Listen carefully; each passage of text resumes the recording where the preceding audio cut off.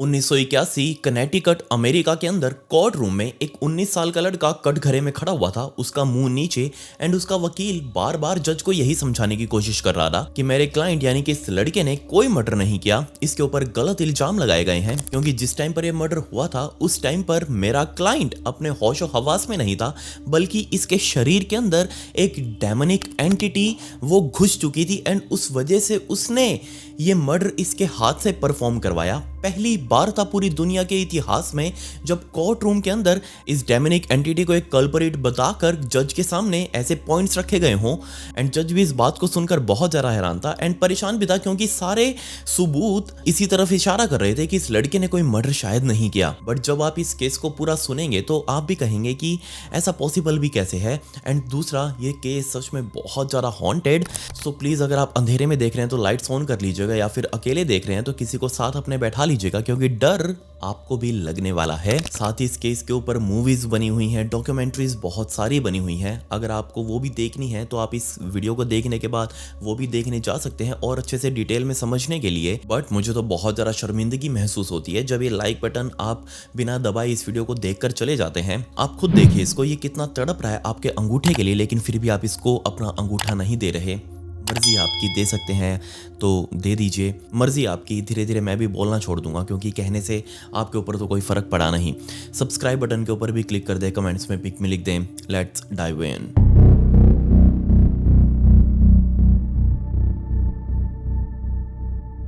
इस horror case को समझने के लिए हमें अमेरिका के ब्रुकफील्ड कनेटिकट में जाना पड़ेगा और टाइम था समर 1980 का, जब ग्लैडजल परिवार अपने लिए एक किराए का घर ढूंढ रहा था। पहले भी ये लोग एक किराए के घर पर इसी इलाके में रह रहे थे, लेकिन वो घर अब रेनोवेशन मांग रहा था, इसलिए उनको वो खाली करना पड़ा। अब ये दूसरा घर ढूंढ रहे थे। इस परिवार में मुख्य माता पिता, जिसमें माता का नाम जूडी, इनके बच्चे सबसे बड़ा लड़का कार्ल, उससे छोटी लड़की डेबी एंड इस घर का सबसे छोटा मेंबर यानी कि इन दोनों बच्चों का छोटा भाई 11 साल का डेविड। इसके अलावा डेबी यानी कि जो बीच की बहन थी, इसकी एंगेजमेंट हो चुकी थी और उसका फियांसी आर्नी वो भी इन्हीं के साथ पहले किराए वाले घर में रह रहा था, लेकिन अब क्योंकि वो घर खाली करना पड़ा तो इसको भी मजबूरन इनके साथ यहीं पर शिफ्ट होना पड़ा। आसपास के इलाके में सर्च करते करते फाइनली इनको एक घर दिखाई दिया जो काफी टाइम से बंद पड़ा था। इसके ओनर्स यहाँ आसपास नहीं रह रहे थे, लेकिन इस ग्लैडजल परिवार ने एक एजेंट को पकड़ा और कहा कि इस घर के ओनर का पता लगाओ, हमें ये घर पसंद है, हम इसको किराए पर ले लेंगे। एजेंट ने जल्दी ही ओनर से बात करी एंड ये फाइनल हो चुका था कि ये लोग ये घर किराए के ऊपर लेने वाले हैं। अब क्योंकि ये घर बहुत लंबे टाइम से बंद पड़ा था, अंदर बहुत ज्यादा कूड़ा कचरा हो चुका था, दीवारों पर मिट्टी चढ़ी हुई थी। इस घर के अंदर शिफ्ट होने से पहले इनको एक डीप क्लीन करना था। सो पूरा परिवार अपना तामझाम लेकर पहले इसके अंदर शिफ्ट होने से पहले यहाँ पर पहुंचा, झाड़ू पोछा लेकर, एंड तीनों बच्चे भी साथ थे और डेबी का फियांसी भी एंड माता पिता भी यहाँ साथ थे। सभी लोग अंदर गए, एक एक कमरे को छान छान कर देखने लगे। फर्स्ट फ्लोर के ऊपर बने हुए मास्टर बेडरूम के अंदर 11 साल का डेविड वो सीढ़ियां चढ़ते हुए भाग के ऊपर गया सबसे पहले। एंड जैसे उसने ऊपर मास्टर बेडरूम के अंदर एंटर किया, अंदर पिछले जो यहाँ पर लोग रहा करते थे, काफ़ी सालों से बंद पड़ा था, लेकिन जो ये लोग यहाँ पर पहले रह रहे थे उन्होंने यहाँ एक वाटर बेड छोड़ा हुआ था। वाटर बेड आप बस ये समझ लीजिए कि एक रैक्सीन का गद्दा सा होता है एंड उसके अंदर पानी भरा होता है। ये गद्दा मेनली पेशेंट्स इस्तेमाल करते हैं ताकि उनके कमर पर बेड सोर वगैरह ना हो जाए, इसलिए इस बेड को इस्तेमाल किया जाता है। सो ये गद्दा यहाँ पर पड़ा होता जिसके अंदर पानी भरा था एंड इस गद्दे को देखकर डेविड बहुत ज़्यादा एक्साइटेड हुआ। 11 साल का बच्चा है, मजे की चीज़ है, सामने पानी के ऊपर वो बैठेगा तो ऐसे छप छप छप छप करेगा। सो ये तुरंत भागकर उस गद्दे के ऊपर चढ़ा एंड इसी पॉइंट से घर के अंदर सब कुछ बदलने वाला था। जब डेविड इस गद्दे के ऊपर ऐसे पैर रखकर चलने की कोशिश कर रहा था, तभी उसको किसी ने पीछे से बहुत जोर से धक्का दिया एंड डेविड इस गद्दे से उतरकर नीचे फर्श के ऊपर जा गिरा। डेविड ने पीछे घूमकर देखा, उसको लग रहा था कि उसके घर का कोई मेंबर होगा जो उसके साथ मजाक कर रहा है, बट जैसे डेविड ने पीछे घूमकर देखा पूरे कमरे में कोई भी नहीं, उसके अलावा इस पूरे फ्लोर के ऊपर ही कोई नहीं था। एंड तभी सडनली उसने बेड की तरफ देखा एंड उस बेड के ऊपर एक बहुत ही बूढ़ा सा आदमी बैठा हुआ था जिसने एक प्लेन शर्ट पहनी हुई थी वाइट कलर की एंड नीचे ब्लू कलर की फटी हुई जीन्स एंड उसके हाथ एक्सेप्शनली बहुत ज़्यादा लंबे, इतने लंबे कि उसके पैरों से भी वो आगे की तरफ जा रहे थे एंड उसकी स्किन ऊपर से पूरी जली हुई थी। जैसे ये चीज़ डेविड ने देखी वो हैरान हो गया, उसके मुंह से चीख नहीं निकल रही, उसको समझ नहीं आ रहा कि वो करे तो करे क्या। उस बूढ़े व्यक्ति से जैसे ही डेविड की नज़र मिली, उस बूढ़े व्यक्ति ने अपना मुंह खोला एंड उसके मुंह खोलते ही कुछ लिक्विड सा था उसके मुंह से बाहर टपक रहा था, लेकिन उसने आवाज़ दी डेविड को और सिर्फ एक वर्ड कहा, बी अवेयर, यानी कि ध्यान रखना। जैसे ये बात डेविड ने सुनी, इससे पहले कि वो कुछ बोल पाता या कुछ समझ पाता, वो बूढ़ा आदमी उस बेड के ऊपर बैठे बैठे ही गायब हो चुका था। एंड ये चीज़ डेविड के लिए इतनी ज़्यादा डरावनी थी, वो तुरंत उस कमरे से बाहर निकला, नीचे आया, अपने माता पिता को बोलने लगा कि नहीं, हमें इस घर के अंदर नहीं रहना, हमें यहाँ से चलना चाहिए, हमें ये घर किराए के ऊपर नहीं लेना चाहिए। अब उसके माता पिता वो समझ चुके थे कि ये बच्चा है, इसको साफ सफाई ना करनी पड़े, ये क्लासिक एक्सक्यूज बना रहा है कि ये घर अजीब सा है, उसको यहाँ डर लग रहा है। होता है ना, आमतौर पर बच्चे बहाने बनाते हैं कि हमें काम ना करना पड़े। सो उसके माता पिता को भी लगा कि डेविड को काम ना करना पड़े, इसलिए वो बहाने बना रहा है। सभी ने डेविड की बातों को इग्नोर किया एंड सभी साफ सफाई के ऊपर ध्यान दे रहे थे। 3 दिन इन लोगों ने साफ सफाई करी एंड फाइनली चौथे दिन अपना सारा तामझाम लेकर एक ट्रक के अंदर रख के यहाँ पहुंच चुके थे। सारा सामान अनलोड किया गया, सभी ने अपना अपना कमरा चूज कर लिया, लेकिन डेविड वो पूरे घर के अंदर घबराया घबराया सा घूम रहा था। उसको वो सारी चीजें याद आ रही थी जो उसके साथ हुई थी 4 दिनों पहले, लेकिन फिर भी उसने अपना सारा सामान अपने कमरे के अंदर शिफ्ट किया एंड अब रियल प्रॉब्लम इस परिवार के लिए शुरू होने वाली थी। घबराने की बात डेविड के लिए ये थी क्योंकि जिस कमरे में वो रह रहा था, वो बूढ़ा आदमी उसको बार बार अपने कमरे के अंदर दिखाई देता एंड ना सिर्फ दिखाई देता बल्कि वो डेविड के साथ साथ उसके पीछे पीछे चल रहा था। एंड दिक्कत की बात ये थी कि वो डेविड के अलावा और किसी को नहीं दिखाई दे रहा। सभी से डेविड ने जा जाकर बात करी, लेकिन किसी ने भी उसकी बातों को सीरियसली नहीं लिया। बार बार वो आदमी आकर डेविड को बोलने की कोशिश कर रहा था, उसको धमकियां दे रहा था लैटिन भाषा के अंदर, जो कि डेविड को आती भी नहीं है, लेकिन फिर भी वो बूढ़ा आदमी डेविड को समझाने की कोशिश कर रहा था। एंड तब शिफ्ट होने के तीसरे दिन ही डेविड के सामने वो आदमी एक बार फिर से आया, वो बूढ़ा आदमी, एंड उसने वही बड़े बड़े हाथ डेविड के पास लाकर उसके कंधों के ऊपर रखे। वो काफी दूर खड़ा था, अभी वो डेविड से काफी दूर खड़ा था बूढ़ा आदमी, लेकिन उसके हाथ इतने लंबे थे कि डेविड के कंधों पर आ चुके थे। उसने कॉरिडोर में डेविड को पकड़ा एंड लैटिन भाषा को छोड़कर उसने इंग्लिश में एक ऐसी लाइन बोली डेविड को जो एक बच्चे को कभी नहीं सुननी चाहिए। उसने इंग्लिश में कहा कि I will take your soul, जिसका मतलब था कि मैं तुम्हारी आत्मा अपने साथ ले जाऊंगा। ये बात बोलकर उस बूढ़े आदमी ने अपने हाथ पीछे वापस किए एंड एक अजीब सी शेप बनाकर, जैसे सूखी पत्तियां टूटती है ना, जब उनके टूटने की आवाज़ आती है कड़ कड़ कड़ कड़ की, ऐसी आवाज़ उसके शरीर से आ रही थी। वो डेविड ने सुनी, डेविड ने देखा एकदम से उस बूढ़े आदमी का आकार बहुत ज़्यादा बड़ा हो चुका था and in A snap of the moment वो आदमी वहां से गायब भी हो चुका था। एंड इस पॉइंट के बाद से पूरी फैमिली जो इस चीज को सफर करने वाली थी, क्योंकि शिफ्ट होने के 5वीं रात इस पूरी फैमिली को ऊपर कमरों से आवाजें आ रही थी। जो लोग नीचे सो रहे थे, स्पेशली ऊपर वालों को नहीं आवाज आई, लेकिन नीचे सो रहे जूडी और उसके हस्बैंड, उनको ऊपर से आवाजें आ रही थी जैसे ऊपर कोई बहुत तेज भाग रहा हो, या तो ऊपर वाले फ्लोर पर या फिर उसकी छत पर बहुत तेज भागने की आवाज थी। एंड अगले दिन जब जूडी और उसके हस्बैंड ने बच्चों के साथ ये डिस्कस किया कि ऊपर किसकी आवाज से कौन भाग रहा था, तो बच्चों ने मना कर दिया कि नहीं, हमें तो नहीं पता। चारों बच्चों ने मना कर दिया। लेकिन जब ये सभी लोग नाश्ता करने के लिए टेबल के ऊपर बैठे तो इन्होंने नोटिस किया कि इनकी प्लेट्स अपने आप हवा के अंदर लेविटेट कर रही हैं। इससे सारा परिवार बहुत ज़्यादा डर गया। ये सभी लोग टेबल से खड़े होकर दूर इकट्ठा हो चुके थे एंड सभी देख रहे थे बस टेबल के साथ क्या हो रहा है। एंड तभी इन्होंने देखा कि इनकी डाइनिंग टेबल जिसके ऊपर अभी ये बैठे थे, ये अपने आप बहुत तेजी से जाकर सीधा दीवार में लगी। सारा फर्नीचर इधर उधर अब तहस नहस होने लगा था। पूरा परिवार घर के अंदर उस चीज को ढूंढने लग गया कि जिस वजह से सब कुछ हो रहा है। नीचे बेसमेंट में भी गए, ऊपर ग्राउंड फ्लोर पर या फिर फर्स्ट फ्लोर पर, हर जगह इन्होंने देख लिया लेकिन इनको कुछ भी नहीं मिला। रात हो चुकी थी, वापस सभी लोग अपने अपने कमरे में सोने के लिए गए। लेकिन थोड़ी देर बाद डेविड 11 साल का, वो अपने कमरे से रोता हुआ बाहर की तरफ निकला एंड उसकी रोने की आवाज़ भी बहुत अजीब सी थी। ऐसा लग ही नहीं रहा था कि एक 11 साल का बच्चा रो रहा है, ऐसा लग रहा था जैसे कोई बूढ़ा रो रहा हो। वो बाहर की तरफ आया एंड उसकी आंखें पूरी वाइट हो रखी थी, जो पुतलियां थी वो ऊपर की तरफ गई हुई थी। एंड पूरा परिवार अब बाहर लिविंग हॉल में नीचे इकट्ठा हो चुका था एंड उसने बोलना शुरू किया। सबसे पहली बात तो ये डेविड अलग ही लैंग्वेज में बोल रहा था एंड दूसरा ये उसकी आवाज़ नहीं थी, उसको वो लैंग्वेज भी नहीं आती एंड ये इसकी आवाज़ भी नहीं थी। सभी लोग डेविड को रोकने की कोशिश कर रहे हैं, उससे पूछने की कोशिश कर रहे हैं, लेकिन डेविड किसी का भी जवाब नहीं दे रहा। तब डेविड ने अपने दोनों हाथ पीछे की तरफ किए, उसने अपना मुंह बहुत धीरे धीरे धीरे धीरे नीचे की तरफ किया एंड एकदम से झटके के साथ उसने ऊपर की तरफ किया एंड ऊपर करते उसकी दोनों आंखें पूरी वाइट एकदम डरावनी सी दिख रही। एंड तब उसने मुंह खोलकर बहुत जोर से हंसना शुरू किया, ऊपर की तरफ करके मुंह। ये आवाज़, ये हंसी उसकी नहीं थी। एंड तभी उसकी माँ जूडी और उसकी बहन डेबी ने उसके गले के ऊपर अजीब से निशान देखे। ऐसा लग रहा था जैसे किसी ने उसके गले को पकड़ रखा हो एंड उसकी उंगलियों के निशान उसके गले के ऊपर छपे हुए हैं, बहुत गहरे डार्क मैरून कलर के निशान, वो क्लियरली विजिबल थे। अब क्योंकि पूरा परिवार क्रिश्चियन कैथलिक था तो इन्होंने बहुत जोर जोर से बाइबल की अजीब लाइंस बोलनी शुरू कर दी। एंड ये सारी लाइंस सुनते ही सामने मौजूद ये डेविड, उसने और अजीब बिहेव करना शुरू कर दिया। उसकी पूरी बॉडी एकदम से ट्विस्ट होने लगी थी, वही पत्तियों के जैसे कड़कड़ाने की आवाज़ उसकी बॉडी से आ रही थी।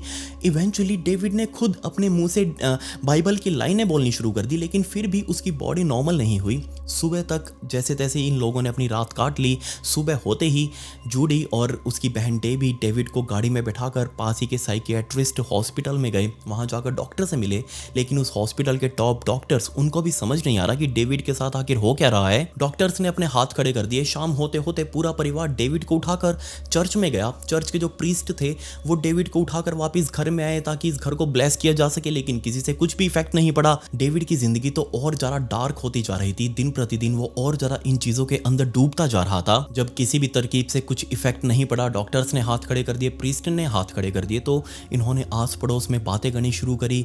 लोगों ने इस घर के बारे में तरह तरह की बातें बताना शुरू कर दिया। सभी कंफ्यूज तो थे कि आखिर इस घर के अंदर कुछ बीमारी है, लेकिन अब इसको ठीक भी करवाना था, डेविड को भी ठीक करवाना था। एंड तब ग्लैडज़ल परिवार को एड और लॉरेन के बारे में पता चला। अब आपने मेरी काफ़ी सारी पुरानी स्टोरीज़ के अंदर एड और लॉरेन का नाम सुना होगा। ये 1970s, 80s और 90s तक अमेरिका का एक कपल था, एड और लॉरेन, और ये पूरी दुनिया के उस टाइम के बहुत ही फेमस पैरानॉर्मल इन्वेस्टिगेटर थे।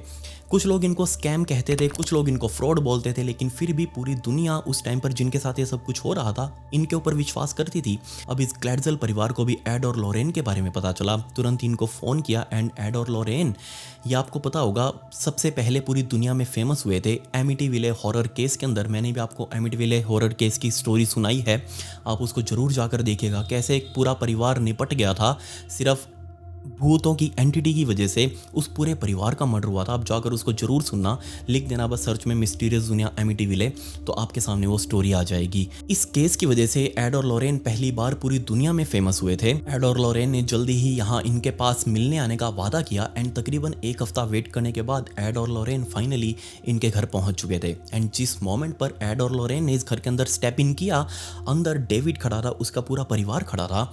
अंदर घुसते ही सबसे पहले लॉरेन ने, यानी कि एड की पत्नी लॉरेन, उसने घुसते ही डेविड को देखा and eventually in the snap of a moment वो पीछे हट चुकी थी एंड अपने पति एड के कान में जाकर बोलने लगी कि इस लड़के में कुछ बीमारी है, मुझे कुछ इसके आसपास काले रंग का धुआं सा दिख रहा है, मतलब कुछ एंटिटी सी है जो इसको चारों तरफ से घेरे हुए है। अब एड और लॉरेन दोनों ने डेविड को इन्वेस्टिगेट करना शुरू कर दिया, इसके ऊपर वो ध्यान लगा रहे थे। एंड तब एड ने अपनी आंख बंद करके बोला कि डेविड के अंदर जो सबसे पहली स्पिरिट आई थी, जो पहली एंटिटीज के शरीर के अंदर घुसी थी, वो एक मैग्नेट जैसी है, अपने आसपास मौजूद और डेविल एंटिटीज को वो मैग्नेट की तरह अपनी तरफ खींच रही है। एंड इवेंचुअली उसने एक बहुत ही डिस्टर्बिंग बात बोली। उसने कहा कि डेविड के अंदर 40 से भी ज़्यादा एंटिटीज़ इस समय मौजूद हैं। एंड ये बात सुनकर पूरा परिवार शॉक्ड हो चुका था, इतना ज़्यादा वो डर चुके थे कि डेविड को वो देख तक नहीं पा रहे सही से। अब आप खुद सोच कर देखिए, एक घर का सबसे छोटा बच्चा, 11 साल का बच्चा सिर्फ, एंड उसके अंदर 40 से भी ज़्यादा डेमोनिक एंटिटीज़, कोई कैसे ही बर्दाश्त कर पाएगा। डेविड ये सब कुछ कर रहा था। एंड अपनी इन्वेस्टिगेशन को एंड होते होते एड और लॉरेन ने क्लेम भी किया कि जो 40 से ज़्यादा स्पिरिट्स डेविड के शरीर के अंदर मौजूद हैं, ये आपस में अब लड़ रही हैं इस शरीर को, इस डेविड की बॉडी को क्लेम करने के लिए। कौन इसका ऑनर बनेगा, इस बात की लड़ाई इनके अंदर चल रही है। एंड हमें डेविड को बचाने के लिए जल्दी से जल्दी एक्सॉर्सिज्म करना पड़ेगा। 3 दिनों बाद का इन्होंने टाइम रखा डेविड के एक्सॉर्सिज्म के लिए। एंड डेविड अब फाइनली तैयार था एक्सॉर्सिज्म के लिए। एड और लॉरेन भी तैयार थे, बहुत सारे प्रीस्ट भी आ चुके थे, तकरीबन 6 से 7 प्रीस्ट बढ़िया बढ़िया रेप्यूटेड चर्च से बुलाए गए डेविड का एक्सॉर्सिज्म करने के लिए। एक्सॉर्सिज्म होता हुआ देखने के लिए डेविड का पूरा परिवार इस कमरे में मौजूद था, चारों तरफ खड़ा था। एंड डेविड नीचे बेड के ऊपर लेटा हुआ था। एंड जितने भी प्रीस्ट आए थे उन सभी ने एक ही बात कही कि जितनी भी एंटिटीज है ना डेविड के अंदर, ये सारी इसको एक पपेट बना के रखे हुए हैं डेविड को, ये जो मर्जी डेविड से करवा सकती हैं। एंड डेविड ने भी अपना जैसे ही मुंह खोला, उसकी आंखें अभी भी पूरी वाइट, वो ऊपर की तरफ देख रहा है, उसकी बॉडी जो स्ट्रक्चर था वो एकदम टाइट सा हो रखा था। एंड डेविड ने अपना मुंह खोला, उसके अंदर से ग्रीन कलर का लिक्विड भी निकल रहा था। साइड में खड़े हुए सभी प्रीस्ट ने वो अपनी चैंटिंग करनी शुरू करी, जितनी भी वो लाइंस थी एक्सोर्सिज्म करने वाली वो उन्होंने जोर जोर से बोलना शुरू किया। डेविड नीचे बेड के ऊपर पड़ा पड़ा तड़पने लगा। वो बार बार उठकर किसी प्रीस्ट को पकड़कर अपने पास गिरा लेता, कभी दूसरे को पकड़कर अपने पास गिरा लेता। साइड में उसके परिवार वाले खड़े थे, उनको पकड़ पकड़ कर अपने पास गिरा लेता। इनफैक्ट उसको पकड़ने के लिए 3 से 4 आदमी लग रहे थे। सभी जो प्रीस्ट चैंटिंग कर रहे थे वो उसके हाथ पैरों को पकड़े हुए थे, लेकिन तब भी वो काबू नहीं आ रहा। उनसे भी छुड़वा कर उसने अपने पिता को उठाकर सीधा दीवार में देकर मारा। इमेजिन करके देखिए 11 साल का लड़का, उसके अंदर इतनी पावर कहां से आ जाएगी कि वो अपने पिता को ही उठाकर सामने फेंक दे दीवार पर। नहीं, ये हो ही नहीं सकता। ये काम उसके अंदर से कोई और करवा रहा था। एंड जैसे जैसे एक्सोर्सिज्म ये आगे बढ़ता गया, डेविड धीरे धीरे शांत हो जा रहा था। लेकिन तभी सभी लोगों ने नोटिस किया कि डेविड कुछ सेकंड्स के लिए शांत हो जाता है, लेकिन तभी फिर से उसको झटका सा लगता है। एंड वो खुद जो बाइबल की लाइन थी, उसने कभी आज तक बाइबल नहीं पढ़ी, उसको अभी तक याद भी नहीं हुई थी कोई बाइबल की लाइन, लेकिन फिर भी वो उसके मुंह से बाइबल की लाइंस जोर जोर से खुद से चिल्ला रहा था। एंड तब बहुत ही डीप गर्गलिंग आवाज में डेविड के मुंह से एक लाइन निकली, और वो थी better to reign in hell rather than serving in heaven. इस लाइन का मतलब वहाँ खड़े प्रीस्ट लोग समझ चुके थे कि ये जो डेमोनिक पावर है वो उसे बुलवा रही है। ये खुद डेविड खुद से नहीं बोलना चाह रहा। एड और लोरेन भी साइड में खड़े थे। उन्होंने माता पिता का हाथ पकड़ा हुआ था, उनको शांत करने की कोशिश कर रहे थे, क्योंकि माता पिता सभी भाई बहन रो रहे थे सामने मौजूद अपने परिवार के मेंबर का ये हाल देखकर। लेकिन फिर भी एड और लोरेन साथ में प्रीस्ट के जोर जोर से एक्सोर्सिज्म वाली लाइंस चिल्ला रहे थे। डेविड ने और ज़रा छटपटाना शुरू किया। एंड एक मोमेंट पर तो डेविड बेड के ऊपर पड़ा पड़ा वो हवा के अंदर इतना ऊपर उठ चुका था कि पंखा जो ऊपर लगा हुआ था वो उसको टच कर पा रहा था। और जैसे ही उसने हवा में उठना शुरू किया था, पीछे से प्रीस्ट ने इशारा किया कि पंखे को बंद कर दो। तुरंत ही भागकर एड ने पंखे को बंद किया एंड दोबारा से वेट करने लगे कि कब ये डेविड अपने आप नीचे आएगा। एंड डेविड को इस तरीके से हवा में उड़ता देख सभी घर वाले बहुत ज़्यादा हैरान कि ऐसा कैसे पॉसिबल है, ग्रेविटी कहाँ गई इसमें, ग्रेविटी काम क्यों नहीं कर रही। लेकिन इस टाइम पर किसी को कुछ भी नहीं सूझ रहा। वो बस ये चाह रहे थे कि किसी तरीके से डेविड ठीक हो जाए। उस पूरा दिन सभी लोगों ने अपना पूरा जोर लगा लिया, लेकिन एक्सोर्सिज्म सही से परफॉर्म नहीं हो पाया। डेविड के ऊपर कुछ भी खास इफेक्ट नहीं पड़ा। अगले दिन सभी लोगों ने रेस्ट किया। डेविड को भी हाथ पैरों से बांध कर रखा बेड के ऊपर, क्योंकि वो बहुत जोर जोर से फड़फड़ा रहा था। वो वहाँ से छूटने की कोशिश कर रहा था, लेकिन किसी के भी बस में नहीं थी कि डेविड के साथ आखिर क्या किया जाए। घर वाले बहुत ज़्यादा परेशान। दिन बीतते रहे, बार बार एक्सोर्सिज्म करने की वही प्रोसेस की जाती। सभी लोग बहुत ज़्यादा परेशान हो चुके थे डेविड की वजह से। एंड एक दिन उसने बहुत ज़ोर से सुबह सुबह उठते ही बहुत ज़ोर से अपना फेफड़े फाड़ के उसने इतनी ज़ोर से चिल्लाहट करी कि घर वाले बस अब और नहीं सहा जाता। भगवान या तो इसको इस पार लगा दे या उस पार लगा दे, या तो इसको अपने साथ ले जाए या इसको ठीक कर दे। घर वाले तो ये तक बोल रहे थे। दोबारा से उस दिन प्रीस्ट लोगों को बुलाया गया एंड अगेन यही एक्सोर्सिज्म परफॉर्म किया गया। अब इस घर के अंदर मौजूद था जो घर की बेटी थी डेबी, उसका मंगेतर आर्ने, वो ये सब कुछ बार बार होते हुए देख रहा था। एंड उसको लिटरली बहुत ज़्यादा दया आ रही थी बेचारे डेविड के ऊपर। एंड ये एक्सोर्सिज्म स्टार्ट करने से पहले प्रीस्ट ने पूरे परिवार को समझा दिया था कि प्लीज़ तुम लोग डेविड को या तो देखो मत, और अगर देख रहे हो तो इसको देख के रोना मत, क्योंकि जिनका दिल कमज़ोर होता है उनके ऊपर ऐसी डेमोनिक एंटिटीज़ जल्दी इफेक्ट करती हैं। सो हो सकता है इसके अंदर से निकल कर तुम्हारे अंदर ना आ जाए। सो तुम या तो अपना दिल बहुत ज़्यादा स्ट्रॉन्ग रखो, इसको बस देखते रहो, कोई भी रिएक्ट ना करो, या फिर यहाँ से बाहर चले जाओ। सभी ने कहा कि ठीक है, हम कुछ नहीं करेंगे, हम बस देखते रहेंगे, हम नहीं रोएंगे। डेविड का अगेन एक्सोर्सिज्म शुरू किया गया। एंड आज तो उसके मुंह से हरे रंग के झाग निकल रहे थे, बहुत सारे झाग, इतने सारे झाग कि नीचे बेड के ऊपर पूरा झाग ही झाग बिखरा हुआ था। दूसरी साइड आर्ने, वो इतना ज़्यादा टूट चुका था बेचारे डेविड को देखकर कि उससे रहा नहीं गया। एंड उसने बीच एक्सोर्सिज्म में जोर से चिल्लाकर कहा कि जो भी एंटिटी है, ये जो भी डेमोनिक चीज इसके अंदर है, डेविड के अंदर, वो प्लीज इसके शरीर को छोड़ दो। ये बेचारा बच्चा है छोटा सा, इसकी बजाय तुम मुझे अपने साथ ले चलो।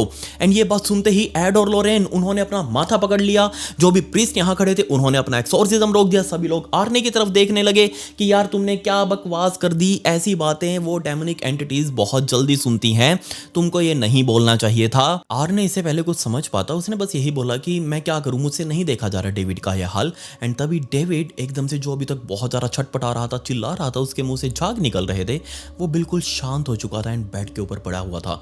उसकी आंखें बंद थी, मुंह साइड में लटका हुआ था। एंड इसके बाद आने वाले टाइम में एक 11 साल का लड़का डेविड वो और ज़्यादा बेटर होता गया। उसकी ज़िंदगी अब धीरे धीरे नॉर्मल होने लगी थी। सभी लोग अपने अपने काम पर लग चुके थे। एड और लॉरेन ने बोल दिया परिवार को कि एक्सॉर्सिज्म डेविड का बिल्कुल सक्सेसफुल रहा, इसके शरीर से सारी एंटिटीज़, डेमोनिक एंटिटीज़ निकल चुकी हैं। लेकिन आर्ने ने जो वो लाइन बोली थी डेविड के सामने कि इसके अंदर जो भी चीज़ है वो इसके शरीर को छोड़कर मेरे शरीर में आ जाओ, उस टाइम पर किसी को भी खतरा महसूस नहीं हुआ। लेकिन ये स्टोरी ही मैं इस लाइन की वजह से बना रहा हूँ। सिर्फ एक्सॉर्सिज्म होता तो मैं ये स्टोरी नहीं कवर करता, बट क्योंकि ये आर्नी ने लाइन बोली थी डेविड के शरीर से निकलकर मेरे शरीर में आ जाओ, इसके बाद जो होने वाला था उसका किसी को भी कुछ आइडिया नहीं था। दिन आया अब 16 फरवरी 1981 का, यानी कि अब 5 महीने बीत चुके थे डेविड के एक्सॉर्सिज्म को हुए। 5 महीने तक ये पूरा परिवार बिल्कुल ठीक रहा, इसके अंदर कोई भी दिक्कत नहीं हुई। सब बहुत हंसी खुशी बीत रहे थे, सब बहुत हंसी खुशी रह रहे थे। डेविड बिल्कुल नॉर्मल हो चुका था। एंड फरवरी में इस दिन आर्नी, जो घर का दामाद होने वाला था, जिसने डेबी के साथ एंगेजमेंट कर रखी थी, ये आर्नी असल में पेड़ों का डॉक्टर था। पेड़ों में कोई भी बीमारी आ जाती, फसलों में बीमारी आ जाती, तो इसको सबसे पहले याद किया जाता। सो इसने उस दिन अपने काम से छुट्टी ले रखी थी, क्योंकि इसका प्लान था कि वो अपनी फियांसी यानी कि डेबी के साथ थोड़ा आउटिंग पर जाएगा। एंड डेबी ने उस दिन छुट्टी नहीं ली, क्योंकि डेबी को अर्जेंट अपने ऑफिस में जाना था। वो एक डॉग सेंटर में काम किया करती थी। सो डेबी अपनी जॉब पर थी, आर्ने घर पर ही था। एंड जब उसने देखा कि हाँ टाइम हो चुका है, डेबी की अब छुट्टी होने वाली है, सो क्यों ना मैं उसको ऑफिस जाकर ही वहां से पिक कर लूं एंड हम कहीं बाहर टाइम स्पेंड करने के लिए जाएं। सो आर्ने तुरंत रेडी होकर घर से बढ़िया गाड़ी में बैठकर सीधा डेबी के ऑफिस में पहुंचा। अंदर गया, डेबी वाले कैबिन में गया एंड वहां जाकर डेबी के सामने बैठ चुका था। डेबी ने कहा उसको कि मुझे बस थोड़ी देर का और टाइम चाहिए, फाइनली अपनी क्लोजिंग करनी है ऑफिस की एंड उसमें थोड़ा सा टाइम लगेगा, तुम थोड़ी देर यहाँ बैठो, मैं अपनी क्लोजिंग कर देती हूँ। सो डेबी अपने काम में लगी हुई थी और भी बहुत सारे लोग ऑफिस में थे। डेबी का मैनेजर भी बराबर वाले कैबिन में ही बैठा हुआ था। क्लोजिंग करने के बाद डेबी अपने मैनेजर वाले कैबिन में गई एंड अपने मैनेजर को बताया कि मेरा फियांसी आर्ने वो आया हुआ यहाँ पर एंड हम दोनों बाहर घूमने जाने वाले हैं। सो उस मैनेजर एलन ने कहा डेबी से कि तुम मुझे अपने फियांसी से नहीं मिलवाओगी क्या? तो उसने खुशी खुशी वेलकम किया कि आओ मेरे कैबिन में आओ, हम साथ में बैठकर बातें करते हैं। सो उसका मैनेजर एलन वो भी इस कैबिन में आया एंड उसने आते ही आर्ने से हाय हेलो की, आसपास की बातें पूछी, वही हालचाल पूछा। एंड तभी इस मैनेजर एलन ने कहा कि क्यों ना हम भी तुमको ज्वाइन कर ले, मैं पूछ लेता हूँ ऑफिस में और कौन कौन फ्री है एंड हम सभी बाहर कुछ खाने पीने के लिए चलते हैं। तब सभी मोस्ट ऑफ द लोग, तकरीबन 6-7 लोग और भी थे जो जाने के लिए रेडी हो चुके थे, इनमें मैनेजर एलन भी शामिल और दूसरी तरफ ये आर्ने और डेबी तो थे ही। सो सभी लोग बाहर निकले, मैनेजर अपनी अलग गाड़ी के अंदर, आर्ने और डेबी अपनी गाड़ी के अंदर, साथ में पास ही के एक रेस्टोरेंट में पहुंचे एंड वहां जाकर इन लोगों ने खाना पीना ऑर्डर किया। बट इस मैनेजर एलन ने, इसको दारू का शौक था, दारू पीनी थी इसको यहाँ पर आकर। ये फैमिली गैदरिंग तो नहीं कह सकते, दोस्तों की ही गैदरिंग थी, लेकिन इसके अंदर दिन दहाड़े इसको दारू पीनी थी। एलन ने तुरंत बहुत सारी ड्रिंक्स ऑर्डर कर ली एंड ये ड्रिंक सिर्फ एलन के लिए नहीं थी, बल्कि जितने भी लोग बैठे थे वो सारे उसको पी सकते थे। एलन के साथ साथ आर्ने ने भी काफी सारे ग्लास उठाए एंड एक के बाद एक पैग लगाने लगा। दोनों ये बहुत ज्यादा ड्रंक हो चुके थे, दोनों नशे में एक दूसरे से बातें कर रहे हैं। But suddenly in the main time इनको पता नहीं आपस में क्या बीच में ऐसी बातें हुई कि दोनों आपस में एक दूसरे के साथ तेज तेज रेस्टोरेंट की उसी टेबल के ऊपर बैठे बैठे तेज तेज बातें करने लगे। ऐसा लग रहा था जैसे एक दूसरे के साथ ये हैवी आर्गुमेंट्स कर रहे हो। और तभी लड़ते लड़ते दोनों अपने अपनी चेयर से उठे, एक दूसरे के और पास आए और एक दूसरे की कॉलर पकड़कर अब लड़ाई करने की कोशिश कर रहे थे, एक दूसरे को मारपीट करने की कोशिश कर रहे थे। बाकी का जो ऑफिस स्टाफ पास में बैठा था वो सब उठे, डेबी ने जाके आर्ने को पकड़ा और पीछे की तरफ खींचने लगी। बाकी सभी लोग मैनेजर को दूसरी साइड कर रहे थे। बट इस आर्ने के अंदर इतनी ज्यादा पावर थी कि उसने तुरंत पीछे ऐसे की तरफ किया एंड डेबी जाकर सीधा दीवार में लगी। आगे की तरफ बढ़ा, टेबल के ऊपर एक चाकू पड़ा होता, चाकू उठाया उसने एंड सीधा जाकर एलन, जो भी 5 बंदों के बीच में है, डेबी के ऑफिस वाले एलन को दूर लेकर जाने की कोशिश कर रहे हैं। बट ये आर्ने बीच में आया, 5 बंदों को साइड किया एकदम से, एलन को अपने सामने पकड़कर उसने चाकू सीधा एलन की छाती में मारे। 4 चाकू उसके दिल में लगे सीधा एंड एक चाकू उसके पेट में लगा। एलन बहुत जोर से हेवीली ब्लीड कर रहा था एंड वो नीचे कोलैप्स हो चुका था। ये चाकू मारने के बाद आर्नी ने ऊपर की तरफ देखा एंड अपना मुंह इतना बड़ा खोला कि वो खोलना पॉसिबल नहीं था। इतना बड़ा मुंह खोलकर इतनी जोर से चिल्लाया कि कोई भी देखकर उसको डर जाए कि कैसी चिल्लाहट है, डीप गर्गलिंग आवाज की वो चिल्लाहट। समझ नहीं आया कि किसी को अभी अभी यहाँ पर क्या हुआ। तुरंत इस एलन को उठाकर पास ही के हॉस्पिटल में पहुंचाया गया, बट डॉक्टर्स ने इसको ऑन द ब्रॉड डेड घोषित कर दिया कि जब तक ये यहाँ पर पहुंचे ये एलन यहाँ पर आने से पहले ही मर चुका था। जब सभी लोग उसको हॉस्पिटल लेकर जा रहे थे तब डेबी और आर्नी इसी रेस्टोरेंट के अंदर खड़े थे एंड आर्नी वो डेबी की तरफ देख रहा है एंड डेबी उसको घूर रही है एंड डेबी को अपना सारा कुछ वो फ्लैशबैक याद आ गया, क्योंकि उसका भाई छोटा डेविड, उसके भी हाव भाव कुछ ऐसे ही होते थे जब उसको वो दौरे पड़ते थे डेमोनिक पोजेशन वाले। वो बिल्कुल ऐसे ही रिएक्ट करता था, किसी चीज़ को मारने की कोशिश करना, उसके पास कोई हथियार नहीं होता था या फिर उसका बस नहीं चलता था। लेकिन यहाँ आर ने वो भी बिल्कुल ऐसे अपना मुंह ऊपर करके चिल्ला रहा है, आंखें उसकी भी ऊपर की तरफ जा चुकी हैं। लग रहा था बिल्कुल जैसे डेविड के अंदर जो पोजेशन थी वो अब आर्ने के अंदर आ चुकी है। तुरंत डेबी इतनी ज़्यादा डर गई कि वो बाहर की तरफ भागी, नज़दीकी पुलिस स्टेशन में गई, पुलिस वालों को सब कुछ बताया। अब पुलिस वाले जैसे ही मौके पर पहुंचे उनको एक बहुत ही अजीब सी सिचुएशन दिखी। इस रेस्टोरेंट से तकरीबन 3 किलोमीटर दूर इस एरिया का जंगल शुरू हो रहा था एंड पुलिस वाले छानबीन करते उस जंगल तक पहुंचे, क्योंकि उनको वहां अकेले जंगल के अंदर ये आर्ने घूमता हुआ दिख रहा था। बिल्कुल हाथ सीधे, उसकी पलकें नहीं झपक रही, वो किसी से कुछ नहीं बोल रहा, कुछ उसको याद नहीं है, वो बस जंगल के अंदर घूम रहा है। पुलिस वालों ने तुरंत उसको जंगल से गिरफ्तार कर लिया, अपने साथ पुलिस स्टेशन लेकर आए इंटेरोगेशन रूम में, क्योंकि इससे पूछताछ भी करनी थी। बट जो उसने पुलिस वालों को बताया वो बिल्कुल नॉनसेंस था, उसका कोई मतलब नहीं बनता। सबसे पहले पुलिस वालों ने पूछा कि तू वहां से भागकर इस जंगल में कैसे पहुंचा। उसने एक क्लियर वर्ड में कहा कि नहीं, मुझे नहीं पता मैं कैसे वहां तक पहुंचा, क्योंकि मैं तो रेस्टोरेंट के अंदर था। एंड रेस्टोरेंट के अंदर क्या हुआ जब पुलिस वालों ने पूछा तब आर्ने का जवाब था, मुझे कुछ याद नहीं है, मुझे लिटरली एक भी चीज़ याद नहीं है कि ये मेरे शर्ट के ऊपर खून कैसे लगा हुआ है, मैंने क्या कुछ किया है, मैंने किसी को चाकू मारा है, मुझे कुछ पता नहीं है। पुलिस वाले बोल रहे हैं कि क्या बकवास कर रहा है, तूने अभी अभी एक बंदे का मर्डर किया है, वो बंदा वहां मर चुका है, डेबी का बॉस एलन वो इस दुनिया से जा चुका है एंड तू कह रहा है कि मुझे कुछ नहीं पता, मुझे कुछ याद नहीं है, ऐसा कैसे पॉसिबल है। आर्ने का रिप्लाई था कि सर मैं सच बोल रहा हूँ, मुझे कुछ नहीं पता, मैं तो कभी किसी एक मच्छर तक को नहीं मारता कभी, और मेरे हाथ से मर्डर हो कैसे सकता है, मुझे तो चाकू से ही इतना डर लगता है, मैं तो उसको कभी छूता तक नहीं। एंड आप कह रहे हो कि मैंने चाकू उठाकर एक बंदे को उसके मौत के घाट उतार दिया, ऐसे कैसे पॉसिबल है, मुझे सच में कुछ याद नहीं है। पुलिस वालों ने उसके ऊपर जोर दिया कि एक काम करो, तुम याद करने की कोशिश करो, शायद तुमको कुछ याद आ जाए। बट उसको कुछ भी याद नहीं आ रहा था। उसने कहा कि हो सकता है किसी बाहर की चीज ने मेरी बॉडी के अंदर कुछ एंटर किया हो, एंड वो टाइम था जब मैं मेरे सेंसेस के अंदर नहीं था, मुझे नहीं पता था मैं क्या कर रहा हूँ, एंड वो काम मुझसे करवा कर वो चीज़ यहाँ से वापस आ चुकी है, क्योंकि मुझे वो टाइम फ्रेम बिल्कुल भी याद नहीं है जब मैंने एलन के साथ लड़ाई करी हो या फिर उसको मौत के घाट उतारा हो। अब पुलिस वालों को भी समझ नहीं आ रहा कि वो करे तो करे क्या, किसके आगे बोले। पुलिस वालों ने सीधा उसको उठाकर जज के आगे पेश कर दिया एंड वो जज के आगे भी कुछ नहीं बोल रहा। जज ने जस्ट इसकी कस्टडी दे दी पुलिस वालों को कि जाओ इसे पूछताछ करो। सो पुलिस वालों ने इसको अपने पास रखा। अगले दिन एड और लॉरेन उन्होंने पुलिस वालों को फोन किया एंड अपने पास बुलाया। पुलिस वाले एड और लॉरेन से मिलने के लिए गए एंड जब एड और लॉरेन ने तुरंत पुलिस वालों को बताया कि सर ये जो इसने मर्डर किया है ना, इस टाइम पर ये अपने होशो हवास में नहीं था, बल्कि इसके अंदर एक डेमोनिक पोजेशन थी जिसने उससे ये काम करवाया है। ये स्टेटमेंट तुरंत ही पुलिस वालों ने आकर बाहर मीडिया के अंदर फैला दी एंड पूरा अमेरिका लिटरली इस केस से चिपक चुका था। सभी लोगों का ध्यान इस केस की तरफ था कि आगे इसमें क्या होगा, आगे इसमें क्या होगा। 21 अक्टूबर 1981 का दिन आया जब फाइनली दोबारा से इस आर्ने को कोर्ट के अंदर पेश किया गया। पूरे अमेरिका की मीडिया इस कोर्ट रूम पर मौजूद थी एंड हर किसी के टीवी पर यही केस चल रहा था कि आगे इसमें आज क्या बोलेंगे। आर्ने के वकील मार्टिन नाम के वो बंदे, उन्होंने पहले इस पूरे केस को समझा, इस परिवार के पूरी हिस्ट्री को समझा एंड क्लियरली जज के आगे बोला कि सर इनका तो पुराना इतिहास रहा है, इसका छोटा साला डेविड वो भी कुछ ऐसे ही हरकतें कर रहा था, वो भी अपने माइंड में नहीं था। एड और लॉरेन ने उसका एक्सॉर्सिज्म करवाया था, बहुत सारे प्रीस्ट आए थे, तब जाकर उसके शरीर से वो पोजेशन जो थी वो बाहर निकाली गई थी। एंड उस मोमेंट पर इसने आर्नी ने चिल्लाकर कहा था कि इस बच्चे को छोड़ दो, बेशक मेरा शरीर ले लो। तो हो सकता है उस टाइम पर वो सारी एंटिटीज निकल कर इसके शरीर में आ गई हों एंड उन्होंने 6 महीने बाद, उस इंसिडेंट के 6 महीने बाद इससे काम करवाया हो। मतलब जब आर्नी ने मर्डर किया उस टाइम पर ये अपने होशो हवास में नहीं था, इसकी बॉडी कोई और चीज थी जो कंट्रोल कर रही थी। That's a case. मतलब साफ ये है कि इसने मर्डर खुद से नहीं किया बल्कि किसी और ने इसके शरीर से करवाया।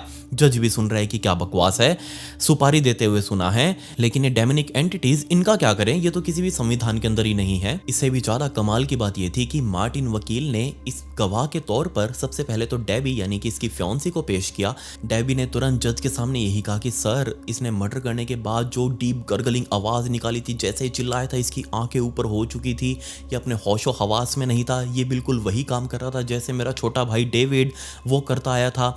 एंड इस बात की पुष्टि उन्होंने एड और लोरेन से करवाई। बेशक एड और लोरेन उस टाइम पर कोई भी गवर्नमेंट अधिकारी नहीं थे या फिर वो कोई भी रजिस्टर्ड एंटिटी नहीं थे कि हाँ भाई इनकी अगर गवाही है तो वो वैलिड होगी, ऐसा नहीं था। ये बस एक नॉर्मल गवाही थी जज को कन्विंस करने के लिए। तो उन्होंने भी कहा कि सर, यहाँ सिर्फ यही नहीं है, इस परिवार के अंदर सबसे बड़ी भसड़ आर्ने ही नहीं है, बल्कि हमने तो 4 हफ्तों पहले ही ब्रुकफील्ड पुलिस को फोन करके बता दिया था कि कुछ बुरा होने वाला है इस परिवार के साथ, सो प्लीज इनके ऊपर नजर बना कर रखिएगा। बट ब्रुकफील्ड पुलिस ने हमारी एक भी बात नहीं सुनी, उन्होंने इस सबको मजाक में टाल दिया एंड देखिए कांड हो गया। बट जज ने क्लियरली बोल दिया कि अगर तुम्हारे पास इस चीज के कोई सबूत हैं कि ये अपने अंदर होशो हवास में नहीं था उस टाइम पर, तो वो मेरे आगे पेश करो, वरना ये बाहर की बातें या फिर डेमोनिक बातें मेरे सामने मत करो। अगर तुम्हारे सबूत है तो मुझे दिखाओ, वरना मैं इस केस को आगे बढ़ाऊंगा। वकील मार्टिन ने यूरोप से भी बड़े बड़े एक्सॉर्सिस्ट बुला लिए, बड़े बड़े प्रीस्ट आए सारे कोर्ट के अंदर गवाही देने के लिए कि हाँ ऐसा कुछ होता है, लेकिन जज ने एक की भी नहीं सुनी। जज ने एक बात क्लियरली कही एंड ये मुझे भी पर्सनली बहुत अच्छी लगी। जज ने कहा कि आप बस खुद सोच कर देखिए, मैं इस केस के अंदर अगर इस आर्नी के पक्ष में फैसला सुना दूं तो ये बात तो सभी लोग बोल देंगे। कोई भी किसी का मर्डर करके आएगा एंड मेरे आगे आके बोलेगा कि मैं तो उस टाइम पर अपने होशोवास में नहीं था, मेरे अंदर भूत घुसा हुआ था, मेरे अंदर कोई आत्मा ही थी, उसने मुझसे मर्डर करवाया है। मैं इसमें ऐसा कुछ भी नहीं कर सकता, या तो प्रूफ लेकर आओ या फिर मैं इसको सजा दूंगा। तब मार्टिन वकील ने एक कमाल का और तरीका अपनाया अपने क्लाइंट इस आर्ने को बचाने के लिए। उसने जज के आगे एक अपील दायर करी कि सर, वो बंदा यानी कि मैनेजर एलन इसके साथ लड़ रहा था एंड क्योंकि सेल्फ डिफेंस में किया हुआ वार, अपने बचाव में किया हुआ वार, वो एक कानूनन अपराध नहीं है एंड मेरे क्लाइंट इस आर्नी ने अपने बचाव में उसका मर्डर कर दिया। जज को यह बात थोड़ी कन्विंसिंग लगी कि ठीक है, अब थोड़ी मानने वाली बात है, शुक्र है तुमने वो भूतों को साइड में रखा। जज ने इस केस को आगे बढ़ाते हुए फर्स्ट डिग्री मैनस्लॉटर के चार्जेस लगाए, मर्डर के चार्जेस नहीं लगाए। 10 सालों की सजा सुनाई एंड सिर्फ 5 सालों के बाद इसको बेल भी मिल गई आर्नी को एंड वो बाहर आ चुका था। इस केस में सबसे ज्यादा पैसा कमाया एड और लोरेन ने। उन्होंने जज की बात नहीं सुनी, उन्होंने अपनी तरफ से बुक लिखवाई, एक राइटर को पकड़ा एंड कहा कि इस पूरे केस के ऊपर एक बुक लिखो क्योंकि ये बुक बहुत ज़्यादा फेमस होने वाली है। एंड एड और लोरेन ने इस बुक को लिखने के बाद घर वालों से परमिशन नहीं ली, आर्नी से परमिशन नहीं ली, डेविड से परमिशन नहीं ली, पूरे ग्लैडज़ल परिवार में से किसी से भी परमिशन नहीं ली कि तुम्हारे ऊपर हम बुक लिख रहे हैं। बट फिर भी उन्होंने एक बुक लिखी जिसके अंदर डेविड के इंसिडेंट से लेकर आर्नी के मर्डर तक का वो सारा कुछ इंसिडेंट उसके अंदर इंक्लूड था। एंड इसके ऊपर उनको उम्मीद थी कि पहली जो कॉपीज़ होंगी वो $15,000 की तकरीबन सेल हो जाएंगी। लेकिन पूरा अमेरिका इस केस के बारे में जानने के लिए इतना उतावला था कि पहले ही जो कॉपीज़ थी वो ब्लैक में बिकी एंड टोटल इन एड और लोरेन को $81,000, 1983 के $81,000 बहुत ज़्यादा होते हैं। इतना पैसा उनको इन बुक्स से मिला, जिसके बाद टाइम बीतने के साथ साथ ये केस वर्ल्ड वाइड इतना ज़्यादा फेमस हुआ कि इसके ऊपर बहुत सारी मूवीज़ बनने लगी, डॉक्यूमेंट्रीज बनने लगी। कॉन्जरिंग 3 भी इसी केस के ऊपर बनी हुई है। अगर आपने ना देखी हो तो आप जरूर जाकर देखिएगा। आप मुझे बताइए कि आपको इस केस के बारे में क्या कहना है। ये सच में बहुत ज़्यादा अनबिलीवेबल था, बहुत ज़्यादा शॉकिंग भी था। मुझे आपकी राय जाननी है, आप नीचे उसके बारे में ज़रूर लिखिएगा। या फिर आपने कभी ऐसी कोई हॉन्टेड घटना को फेस किया हो या फिर ऐसी कुछ चीज़ फेस की हो तो उसके बारे में नीचे ज़रूर जिक्र करें, मुझे आपसे जानना है। दूसरा, ये मेरी इंस्टाग्राम आईडी, इसका लिंक आपको डिस्क्रिप्शन में भी मिल जाएगा। आप वहां कर मुझसे बात कर सकते हैं अपनी ज़िंदगी से रिलेटेड, या फिर ऐसा कोई केस आपको बताना हो जो मैं कवर करूं, उसके बारे में भी आकर जरूर मुझे वहां पर बता दें। मैं उस केस को जरूर कवर करूंगा। साथ ही मैं वहां पर ऐसी स्टोरीज को रील्स फॉर्मेट में डालता हूं, तो आपके हाथ से फॉलो बटन जरूर क्लिक हो जाना चाहिए। खैर, पिछली वीडियो का शाउट आउट पूर्वी को and comment pick me to get a shout out in next video. मिलते हैं अगली वीडियो में। ये वीडियो देखने के लिए धन्यवाद।